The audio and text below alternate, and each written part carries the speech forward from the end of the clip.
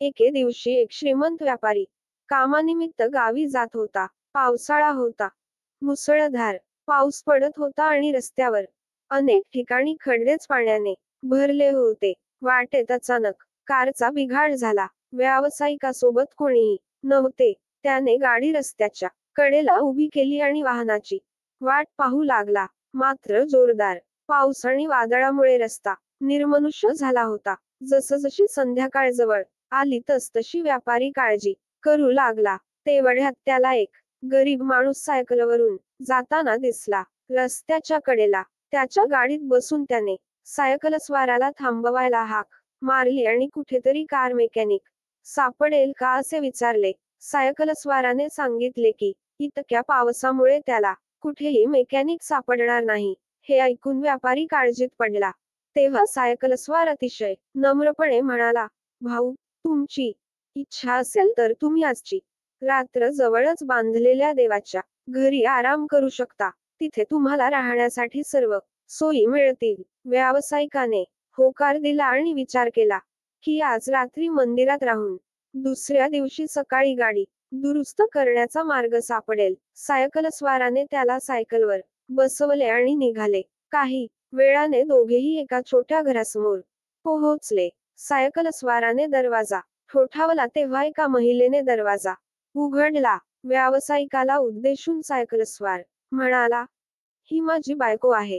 या देवाच्या घरी फक्त आम्ही दोघेच राहतो. आमची मुलं शहरात काम करतात. आते आणि आरामात बसा.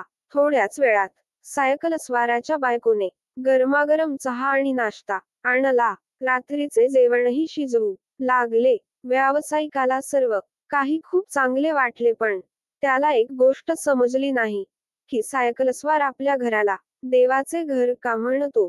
ते मंदिर नाही. शेवटी त्याला स्वतःवर ताबा ठेवता आला नाही म्हणून त्याने विचारले की आपण आपल्या घराला देवाचे घर का म्हणत आहात. माझ्या घरी देव उपस्थित आहे, किंवा माझ्या घरी देवासाठी पूजेची खोली बांधली आहे, किंवा देव माझ्या घरी आला आहे, असे लोक बरेचदा सांगतात. हे ऐकून सायकलवरची व्यक्ती म्हणाली, हो, तुझं म्हणणं बरोबर आहे. लोक म्हणतात घर आपलं आणि घरात देव वास करतो. पण आपण असे म्हणत नाही, कारण आपण जर त्याला आपले घर म्हटले तर आपण त्यात आपल्या इच्छेनुसार कोणतेही चुकीचे काम करू शकतो. परंतु जर आपण त्याला देवाचे घर म्हटले तर आपण तेथे कोणतेही चुकीचे किंवा अशुभ काम करू शकत नाही. आपण सर्व चांगल्या विचारांमध्ये राहतो. जसे आपण मंदिरात राहतो. आणि गमतीची गोष्ट म्हणजे मेल्यानंतर आपल्याला देवाच्या घरी जायचे आहे असे लोक म्हणतात.